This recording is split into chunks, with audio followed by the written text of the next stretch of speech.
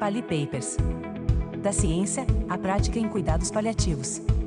Acesse e siga @PaliPapers no Instagram e na sua plataforma de podcast preferida.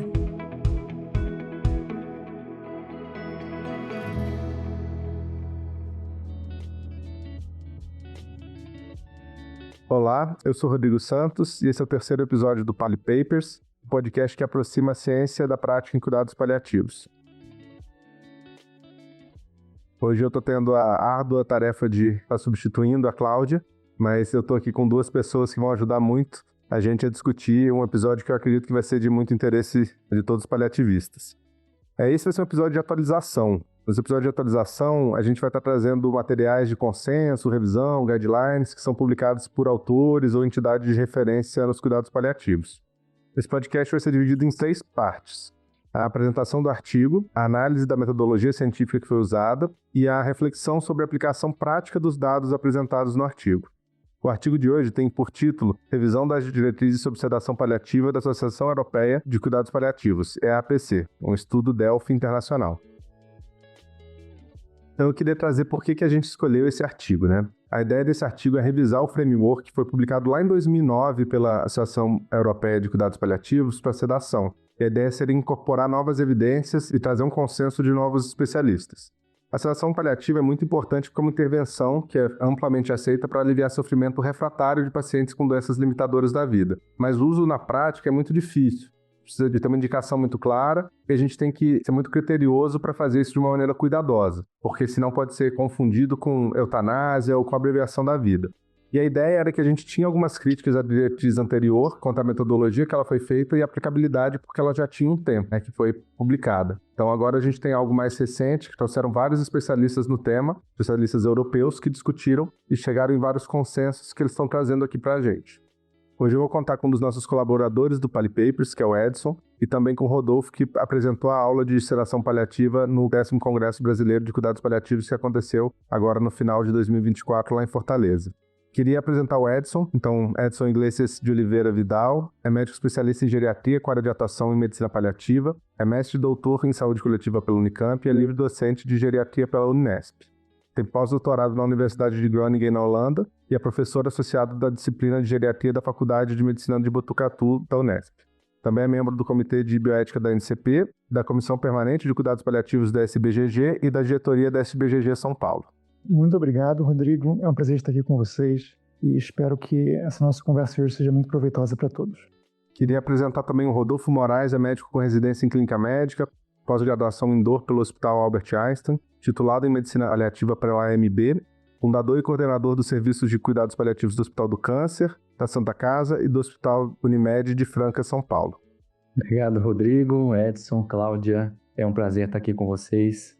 Para começar, a gente queria conversar sobre a metodologia que foi utilizada.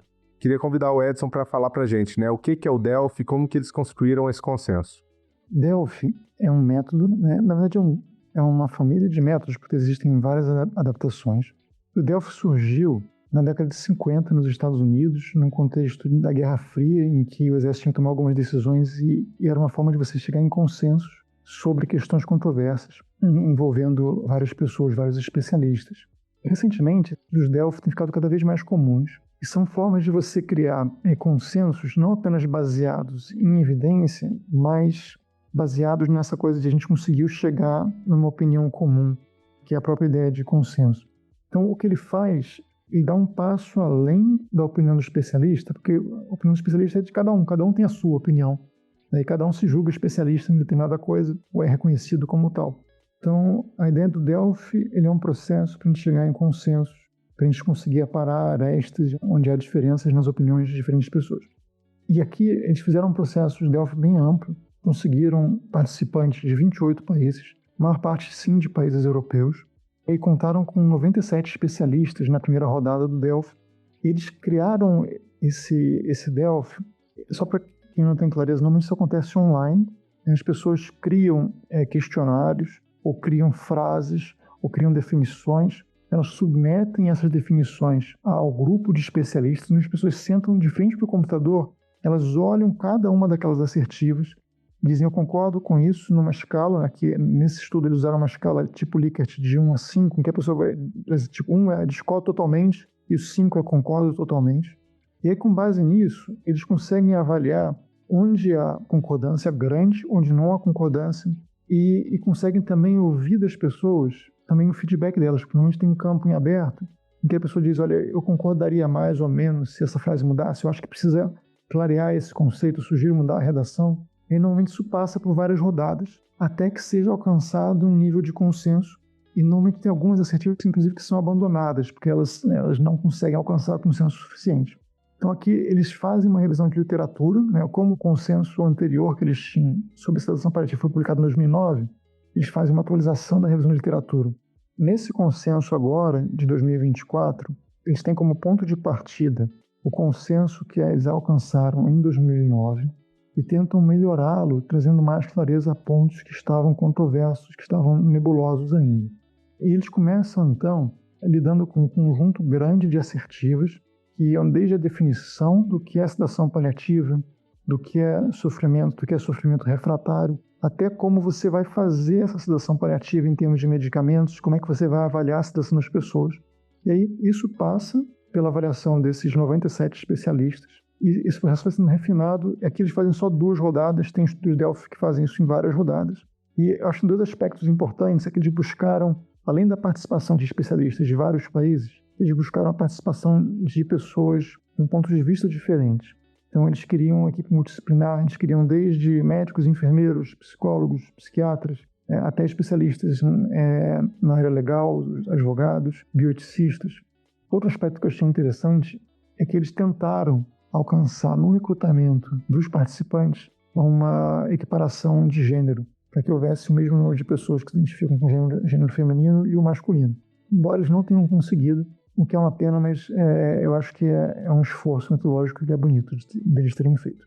O Edson explicou aí como eles chegaram nessas assertivas, mas são várias assertivas, né? E a gente pode ir lá e ler, mas a gente queria aqui interpretar como aplicar isso na prática. Então, se você puder fazer um resumo para a gente, Rodolfo, você que preparou essa aula, tem essa experiência prática, traz para a gente o que mais chamou a atenção e quais são as assertivas aí que a gente vai discutir um pouco mais a fundo.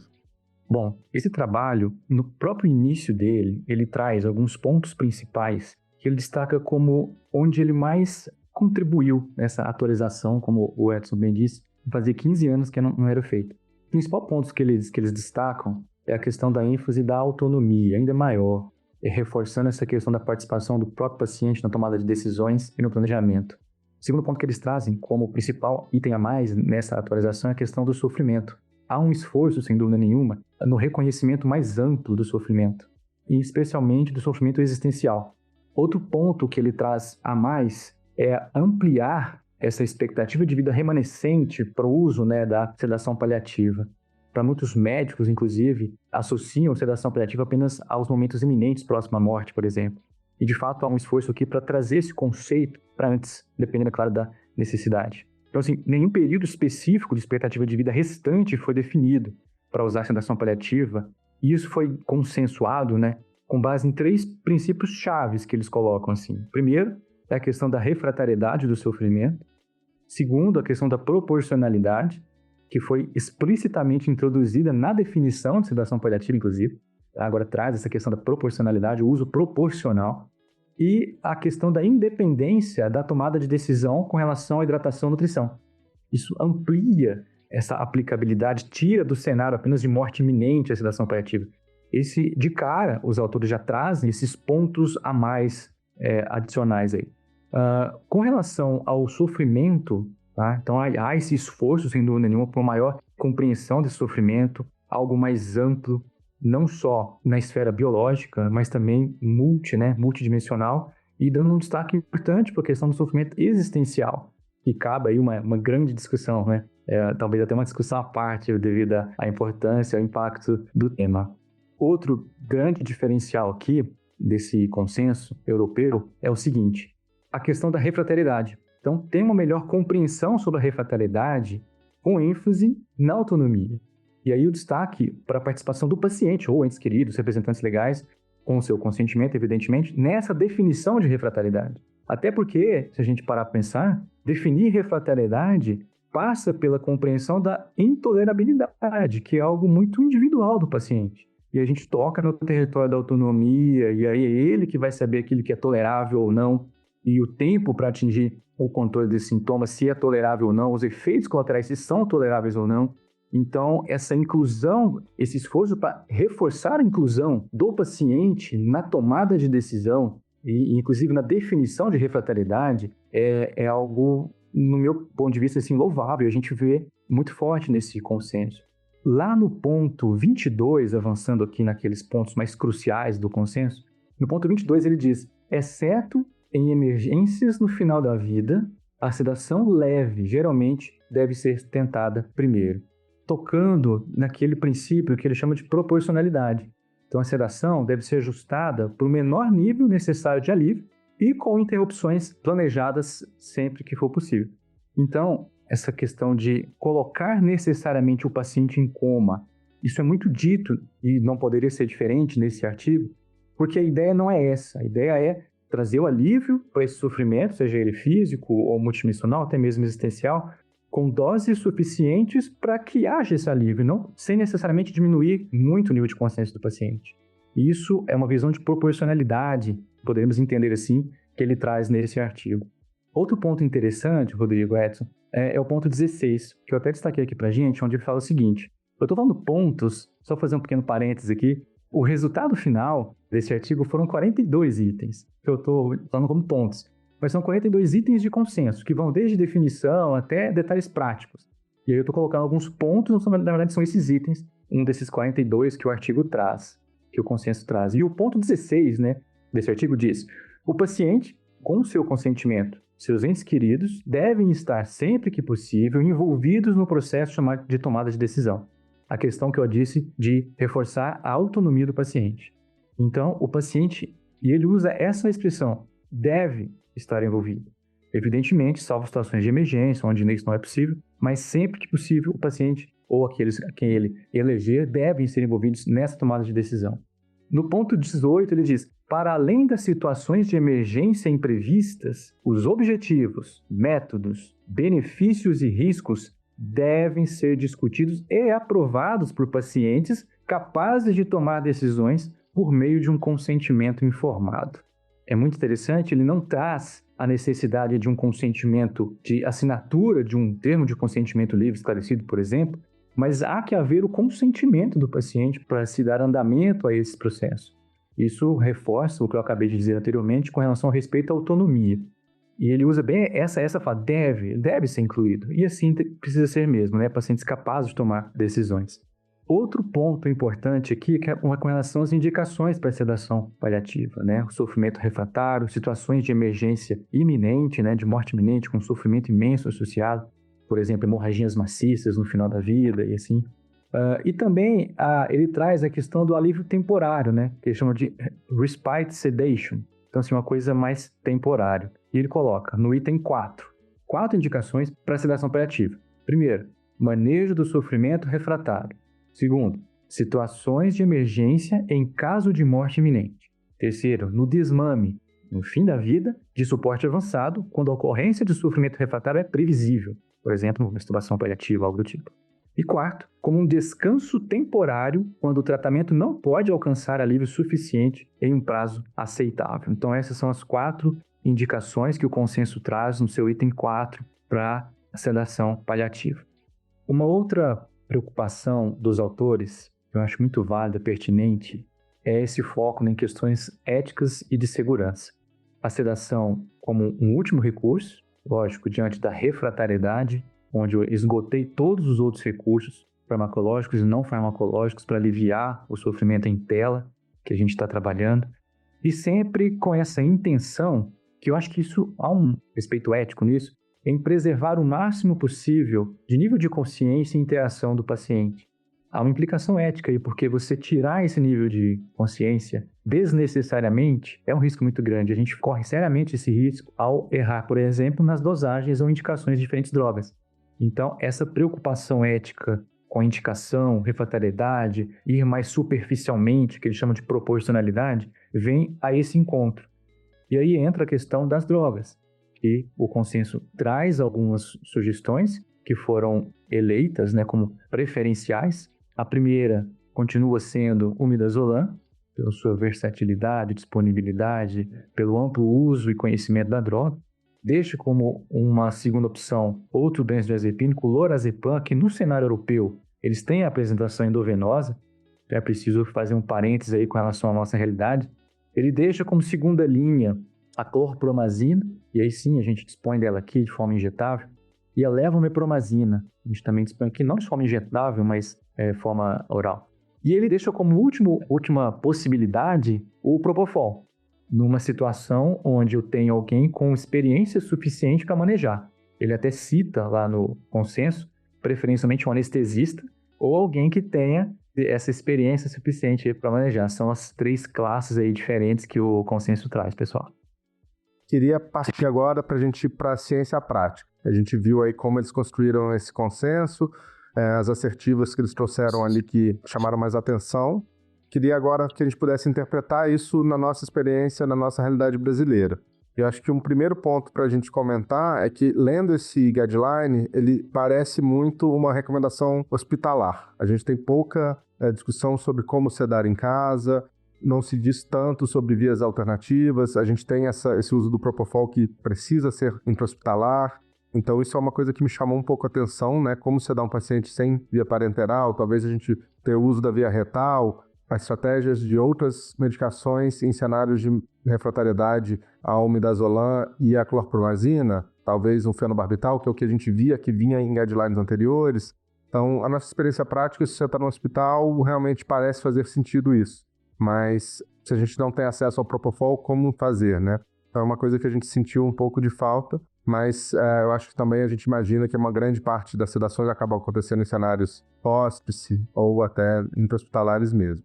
Uma outra coisa que eu queria comentar é sobre esse cenário do sofrimento existencial. Eu acho que isso é algo que causa muita discussão, com razão, e a gente percebe que ele traz aqui algumas assertivas importantes, né, para a gente pensar esse sofrimento existencial de fato é refratário? Eu realmente usei as terapias que eu poderia ter usado para diminuir esse sofrimento existencial? Eu pensei em fazer a sedação intermitente antes? Essas são dúvidas que nos afligem e que ele traz aqui algumas orientações. Eu acho que essa questão do sofrimento existencial, ela continua sendo uma coisa controversa. Eu acho que esse documento de consenso ele traz um pouco de luz para isso. Então, o que seria o sofrimento existencial? Aquele sofrimento seria o equivalente à questão espiritual. Ele é relacionado à perda de sentido, à perda de relacionamentos, à perda de propósito na vida. Então, ele é próximo do sofrimento psicológico, ele é uma forma de sofrimento mental, certamente, mas ele abarca essa questão das nossas necessidades existenciais de sentido, de propósito, de relacionamento na vida. Eu acho que a gente tem que ter muito cuidado, e eu acho que esse é um dos grandes pontos que a gente tem que ter cuidado com isso daqui, porque um dos medos que a gente tem é das pessoas usarem a inclusão do sofrimento existencial dentro dessa recomendação europeia como uma autorização para começar a sedar as pessoas de forma desenfreada.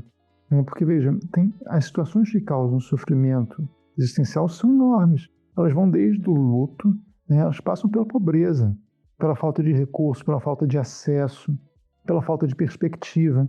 E eu acho que uma das coisas bonitas desse documento é que ele não propõe isso de forma desenfreada. Ele tenta ser bastante cauteloso em relação a isso. Então, ele exige a avaliação de especialistas, ele abre a oportunidade de você ter consultas, inclusive, de pessoas da saúde mental, ele fala da questão do trabalho em equipe. Então, não é uma coisa que eu, um médico sozinho, vai decidir.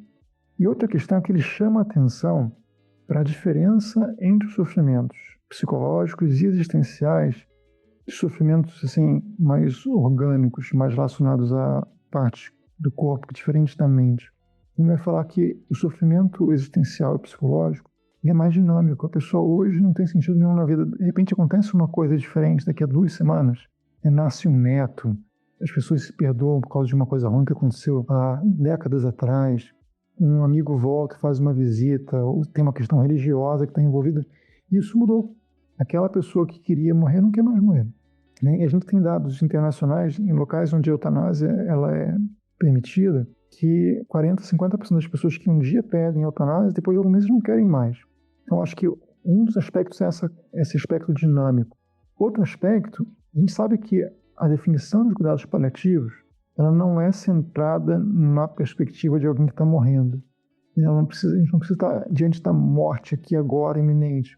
E eles tratam isso aqui também. Eles tentam não colocar nenhuma perspectiva de fim de vida iminente. Inclusive, eles não conseguem nem chegar ao consenso do que seria o fim de vida iminente. Que eu achei que é um ponto muito interessante. Mas o que ele vai falar para a gente é que, nesses sofrimentos, em geral, a pessoa não tem nenhuma outra perspectiva fisiológica limitando a duração, a extensão da sua vida. E o terceiro componente tem a ver com o fato de que as terapias farmacológicas e não farmacológicas existentes, elas em geral têm poucos efeitos colaterais. E eu traria um quarto elemento, que é que quando a gente está diante de um sofrimento que é um sofrimento fisiológico, né, quer dizer, do corpo, eu entendo que isso tem uma questão de uma dicotomia mente-corpo que obviamente é imperfeita e não é adequada. Mas quando a gente fala de sofrimento, tipo uma dor, né, um nervo que está lesado, um tumor, um osso, você tem um certo número de recursos mais restrito em relação a opções farmacológicas e não farmacológicas. Mas quando eu falo de sofrimento existencial e psicológico, as opções não farmacológicas, um grande limitador que elas têm é a nossa imaginação. Então, por exemplo, na Europa você tem uma forma importante de sofrimento existencial, são as pessoas solitárias, que não tem ninguém, não tem vínculo com ninguém. Então, tem estudo na Inglaterra em que você tem um voluntário que ganha um salário pequeno para ser amigo de uma pessoa que está isolada socialmente. E que ele vai lá 1, 2, 3 tardes na semana para tomar café com essa pessoa, conversar, ir para o cinema, para criar vínculo. E veja, isso não é uma coisa cara de fazer. A gente tem processos no SUS para medicamentos que custam milhões. Veja, você montar uma estratégia dessas, né, uma coisa desanimadora, você vê que as pessoas querem morrer porque elas são solitárias. Se você tem uma comunidade compassiva, se você tem uma organização comunitária que seja religiosa, que consegue conectar pessoas, você tem universidades fazendo projetos de extensão assim, por exemplo. Então, a definição de refratariedade, eles tentam trazer um consenso sobre ela, que inclusive eu acho que eles fazem de uma forma muito bonita quando eles falam que a noção de refratariedade vai ser definida juntamente entre a equipe de saúde e o paciente. Então não é um julgamento técnico do médico isolado, né? E eu acho que tem muita gente que gosta de falar isso aqui é técnico, isso aqui, na verdade eles mostram o que não é. Não é uma coisa exclusivamente técnica, é uma coisa que envolve a interação, ponto de vista do paciente. Então, julgar a refratariedade no contexto de um sofrimento existencial ou mental é muito mais difícil. E eu acho que isso exige mais cautela. A ideia não é nem que isso não pode ser nunca feito, nem que isso vai ser feito direto. E outra coisa que eu queria claro é que, diante de um sofrimento existencial considerado refratário, a opção inicial que ele vai julgar como proporcional é de uma sedação leve e intermitente. Não é sedação profunda, em consciência, para a pessoa poder morrer. Porque esse corpo não está morrendo. Eu acho que esses são os pontos que eu acho mais interessantes. Não sei se você quer comentar alguma coisa mais sobre isso, Rodolfo. Eu acho que é por aí mesmo. E outra coisa que eu gostaria de acrescentar, e eles destacam isso, é que os próprios tratamentos farmacológicos ou não para esse tipo de sofrimento, eles têm muito baixo efeito colateral comparado com os tratamentos oferecidos para outros sintomas no fim da vida, por exemplo, em termos de efeitos colaterais. E a gente sabe que efeitos colaterais suportáveis fazem parte da definição de refratariedade também. Então, eles colocam aqui, por exemplo, terapias não farmacológicas, que é, como você bem disse, o grande carro-chefe, talvez, aqui, falando em sofrimento existencial. Qual o efeito colateral que isso traz? É muito pouco. Então, você pegar e para considerar uma refratariedade usando efeito colateral no sofrimento existencial é um pouquinho mais difícil ainda. Fica mais difícil ainda de usar esse termo aqui nesse cenário.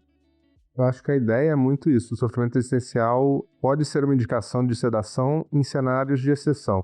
Se a gente está falando que algo é refratário, quais são os tipos de terapias que a gente usa para isso e que a gente tem evidência e que a gente de fato é capacitado? Então, dando alguns exemplos, a gente tem psicoterapias breves estruturadas, como a terapia da dignidade, que tem muita evidência de benefício. A gente tem o uso de ketamina para depressão, que cada vez mais é estudada para depressão também no fim da vida, com resultados positivos. Então, acho que antes da gente pensar em sedar, será que eu lancei mão de alguma dessas coisas? Será que eu fiz uma sedação intermitente que tem evidências e na nossa prática clínica funciona muito bem? Antes disso, acho que a sedação, o sofrimento existencial realmente tem que ser aquela coisa raríssima que você tem que conseguir ofertar quando ela é necessária, mas não pode ser banalizado. Quando eu penso nesse artigo, eu vejo vários pontos de aprendizado, né? E eu acho que a gente sempre aprende coisas, né? E a gente também tenta ter uma visão crítica. E eu queria perguntar para o Rodolfo, que você mais gostou desse posicionamento deles, desse consenso? E quais foram as coisas que você mais aprendeu como lições que você leva para você, para sua atuação lá em Franca? Olha, Edson, os pontos, vamos dizer assim, que mais me chamaram a atenção positivamente nesse consenso, que eu trago para mim, assim, foi essa ampliação, vamos dizer assim, desse período de expectativa de vida que falta, né, para se indicar uma sedação paliativa, que vem ao encontro dessa ampliação da visão do sofrimento.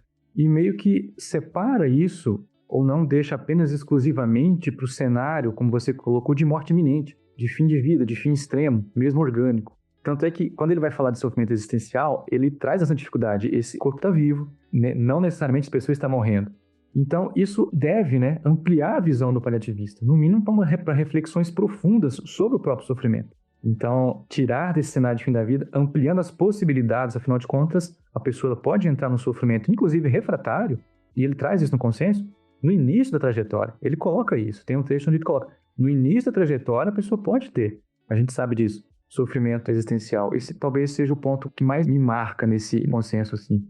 O outro que eu gostaria de destacar é essa ênfase que ele traz muito, que os autores trazem muito, na participação do paciente na tomada de decisão.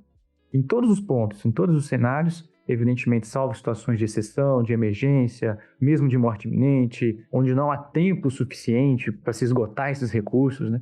Nesses cenários, então, a sedação é mais emergencial. Mas fora isso, ele usa expressões como o paciente ele deve ser ouvido. Ele deve fazer parte desse processo de tomar decisão, inclusive de forma antecipada.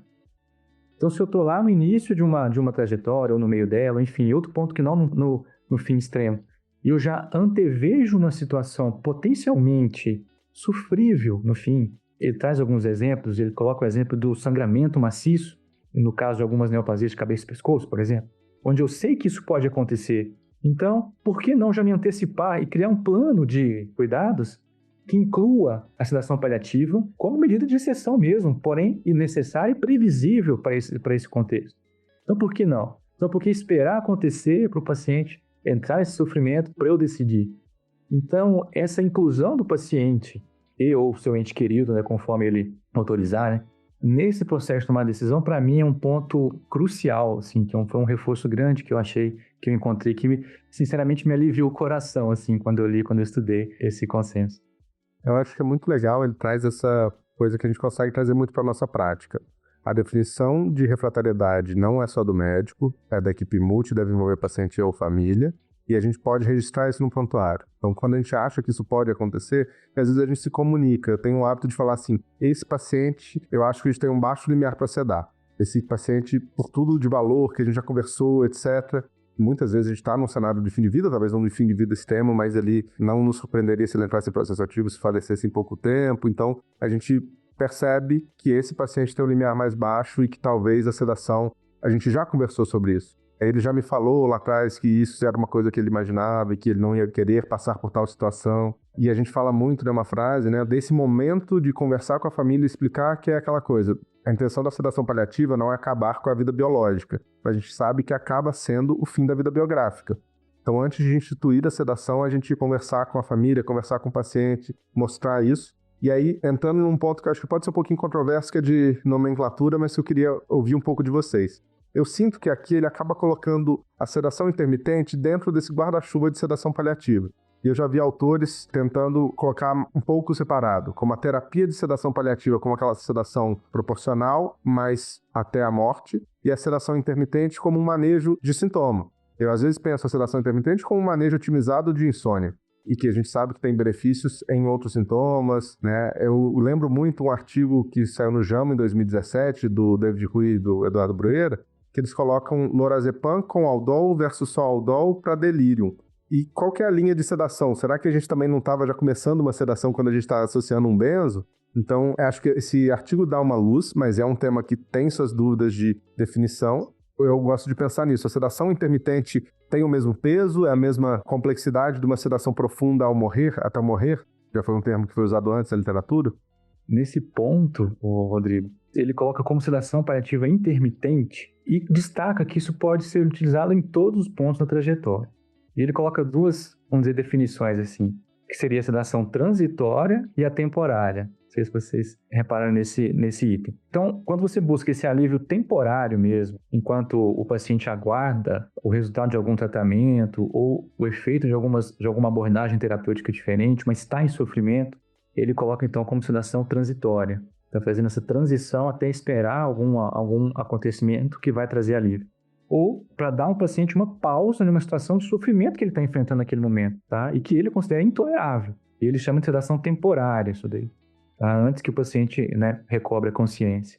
E eu me perguntei várias vezes quando eu li o consenso preparando a aula para o congresso, em situações que até eu mesmo já participei de alguns pacientes, de fazê-los dormir mais profundamente à noite e desligar a sedação no dia seguinte, para dar esse descanso. E eu fico pensando, poxa, será que isso é uma sedação temporária ou é um tratamento de insônia? A gente fica assim naquela, o que que eu estou fazendo aqui? Eu sei que no final das contas a gente está tratando essa questão da insônia também, mas qual é o objetivo disso? O que o paciente está considerando como tolerável ou não? Me soou bem, me soou um bom aspecto, uma ampliação de possibilidades e valorizar e enxergar o sofrimento do paciente fora do período extremo de terminalidade ali que a gente está falando. Aqui no Brasil, a gente tende a pensar sobre sedação paliativa, principalmente nessa sedação profunda até a inconsciência, né? E eu acho que essa ênfase do texto na sedação intermitente, de você tentar adequar a intensidade e a profundidade da sedação aos sintomas do paciente, são um aspecto interessante. Isso já estava presente nas diretrizes anteriores, mas eu acho que é uma coisa que na prática a gente meio que não chegava. E eu acho que, inclusive, como o Rodrigo falou no início, o Rodolfo também, esse texto foi muito pensado no contexto hospitalar, né? Então, por exemplo, esse paciente que ele fala que vai fazer essa sedação intermitente e que não está morrendo, que não é o paciente com sedação profunda, tem inconsciência por tempo prolongado, ele fala para você monitorar sinal vital desse paciente e ajustar a sedação, inclusive, para manter esse paciente vivo. Que eu acho que aqui no Brasil, veja, principalmente no Sistema Único de Saúde, frente à escassez de leitos hospitalares, é muito difícil você conseguir internar uma pessoa para sedar essa pessoa só. Eu acho que acaba que esse tipo de sedação a gente vai fazer em casa, por via oral, provavelmente com benzodiazepínico, em que a gente vai tentar deixar essa pessoa dormir, e aí você está aliviando a ansiedade, está melhorando o sono desse paciente, mas é diferente da experiência que eles estão propondo lá. Outra coisa que eu acho que a gente comentou pouco, e que eu acho que dá um nó na cabeça das pessoas, essa coisa, mas como assim eles dizem que sedação paliativa é independente da decisão por alimentação e hidratação ou por via artificial? Eu acho que esse nó na cabeça, ele é um nó que acontece porque a gente está sempre pensando na sedação só no contexto do paciente que está morrendo. A gente acaba tendo, eu acho que isso é uma questão na nossa formação enquanto paliativistas aqui no Brasil. E eu acho que esse documento de consenso ele ajuda a gente a ampliar isso um pouco. Porque veja, se a sedação não está só indicada para esse paciente, né, se eu posso ter níveis diferentes, profundidade de sedação, duração de sedação diferente, aí sim você discutir se o uso de alimentação nesse período e de hidratação ele está ajudando, ele está atrapalhando alguma coisa, realmente são discussões diferentes. Assim, e uma coisa que eu achei muito legal aqui é porque no Brasil, o Rodolfo falou dessa questão da autonomia que eu acho que é super importante, porque inclusive porque no Brasil a gente tem problemas de decisões muito paternalistas. E tem dois extremos, né? A gente tem as decisões muito paternalistas e tem aquelas muito consumistas, né? Que você joga aí, o que você quer? O paciente, as duas são problemáticas, as duas geram mais sofrimento muitas vezes. Mas uma coisa que eu acho legal é que ele fala assim, quando o paciente não consegue mais falar, aí ele vai dizer, então, se você tem uma diretiva antecipada de vontade, ela tem que ser considerada. E ele usa esse verbo, que ela tem que ser considerada, ela não tem que ser seguida cegamente. E eu acho que isso é importante porque em congresso é muito comum das pessoas perguntarem, mas e se tem uma diretiva antecipada? Você vai pegar, usar essa diretiva como mais um documento, como mais uma evidência, o seu processo de tomada de decisão compartilhada com quem está disponível ali, que é o representante do paciente, a sua família, seus entes queridos. E eu fiquei feliz de ver isso, porque eu também acho que é um sinal de maturidade. Você não usa o pedaço de papel, o documento, como o substituto para o médico pensar. Ele tem que pensar, levar em consideração com as outras evidências que ele tem. Né? Isso eu achei de muito bom senso. Eu queria só destacar também outro aspecto, já que a gente está falando de coisas que nos preocupam na realidade brasileira, isso me preocupa muito. Falas que eu já ouvi, não sei vocês, provavelmente sim, do tipo, olha, aquele paciente está num processo de morte mais prolongado, você não quer prescrever aquele sorinho com sedativo para poder ver se acelera esse processo, para poder ver se vai mais rápido? Então, as pessoas têm uma forte associação à sedação paliativa e morte mesmo. Talvez porque, por muito tempo, a gente tenha prescrito e entendido sedação paliativa apenas nesse cenário. E daí, quando você abre a possibilidade para outros tipos de sedação mais superficial, com períodos de recobrar consciência, as pessoas precisam enxergar a sedação paliativa como um recurso terapêutico em toda a trajetória. Então, se a gente prescreve e defende o uso só no fim da vida, a associação do sorinho, que muitos reconhecem ser sedação paliativa, com morte iminente, você reforça isso. Essas posturas e falas me preocupam muito, tanto no sentido de indicação, como no sentido de posologia, tá? De drogas, porque é muito forte, e o consenso, entre aspas, bate nisso, na questão mais superficial, preferencialmente antes de necessariamente reduzir o paciente, um RAS-5, enfim. E um ponto, eu achei muito interessante, só para finalizar minha fala, que mereceu um desses 42 pontos, exclusivo para ele, destacar que morfina e haloperidol não são sedativos. Então, um consenso europeu em 2024, dos 42 pontos principais de consenso, fez questão de colocar isso. Eu acho que isso realmente tem muita importância, inclusive no cenário brasileiro. Ótimo. Acho que é sempre bom lembrar esse medo do sorinho. Acho que todo mundo escuta e acho que é interessante a gente fazer a nossa analogia brasileira com o que a gente sabe que é absolutamente proscrito, que a gente arrepia qualquer paliativista só de ouvir falar, que é M1, M2, coisas, né, enfim, mas que eu acho que historicamente não estão tão distantes. Eu acho que se a gente faz uma analogia com o que a gente vê na Europa, eles falam muito do coquetel de Brompton, né? Tem várias publicações sobre isso, mas que é algo da primeira metade do século XX. Então, acho que eles passaram por isso há muito tempo. Para quem não conhece, coquetel de Brompton é uma mistura de algum álcool, gin, com alguma coisa doce, na época de amorfina, que era heroína, enfim, tudo que tivesse ali para tentar, num paciente que estava morrendo, para ele morrer em paz, mas muitas vezes abreviava a vida do paciente. E a gente acha que essa visão técnica de talvez esse paciente não precisa nem de opioide nem de mida e vai ter uma passagem tranquila, ele está indo não está em processo ativo, mas numa rota tranquila, ou esse paciente está começando a entrar numa rota caótica, mas eu consigo controlar só com opioide em baixa dose, com outras medidas não farmacológicas, com, enfim, a adaptação da prescrição, ou alguns pacientes que eu preciso mesmo de sedar. E quando eu acho interessante essa fala dos paliativistas britânicos, que eles falavam assim, quem usava o coquetel Brompton era médicos tentando fazer os pacientes não saberem o que está acontecendo, mas eles que não sabiam o que eles estavam fazendo. Então, acho que essa aqui é a confusão muito grande, né? Então, se quem não estuda, não entende, vai achar que é um sorinho, vai achar que a gente está abreviando, e na realidade a gente tem que usar como um recurso terapêutico para pacientes selecionados, com boa indicação, após trabalhar com a equipe multi, a definição da refratariedade e comunicar e registrar no prontuário a deliberação com o paciente e família. Então, queria agradecer muito a presença de vocês, acho que foi uma discussão super rica, se deixasse a gente ia ficar falando aqui por mais 2 horas, mas queria passar a palavra agora para o Rodolfo e para o Edson para a gente fazer o nosso encerramento.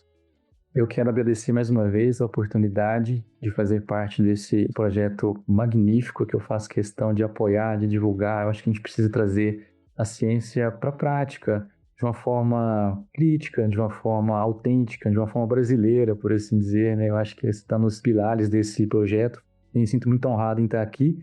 E o que eu gostaria de deixar como mensagem final, talvez, para quem está nos assistindo ou nos ouvindo, é que a sedação paliativa é sim um potente recurso de alívio ao sofrimento multidimensional, não apenas no finzinho da vida, mas em todo ponto da trajetória de pessoas com doenças graves e ameaçadoras, e que precisa de muita cautela para indicação, para prescrição, para monitoramento, de uma forma ética, científica e responsável. Um abraço a todos. Foi um prazer estar aqui com vocês. Como minhas últimas palavras, eu queria reforçar esse ponto que o Rodolfo falou, que, veja, prescrever sedação é algo fácil. Você colocar 5mg, 10mg de midazolam EV agora numa prescrição do hospital é uma coisa que qualquer interno faz, qualquer residente ou qualquer R1 faz. A parte difícil disso, essa é a parte que a gente precisa dos paliativistas, mas não só porque isso não é uma coisa que só paliativista pode fazer, porque se a gente restringisse os paliativistas, a gente estaria relegando uma parcela grande da população a um volume de sofrimento desnecessário. Mas a parte mais importante aqui é entender a questão ética e entender como que a gente navega essas questões éticas de forma compartilhada, com conversas claras, que a gente não está induzindo ninguém, que a gente está buscando junto, definindo a refratariedade juntos. Eu acho que essas são as coisas mais difíceis e é por isso que isso nunca vai ser uma coisa da inteligência artificial fazer. Por isso que a gente precisa ser humano, interagindo com os pacientes, com as nossas equipes. Porque são decisões que não é que não tem certo e errado, é que o certo e errado não é uma coisa que você joga no algoritmo. É uma coisa que vai sendo negociada e construída ali, para e passo. É isso, muito obrigado.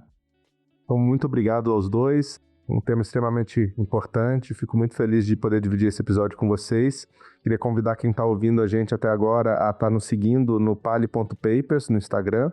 E convido vocês a escutar nosso próximo episódio daqui 2 semanas da sua plataforma de áudio favorita.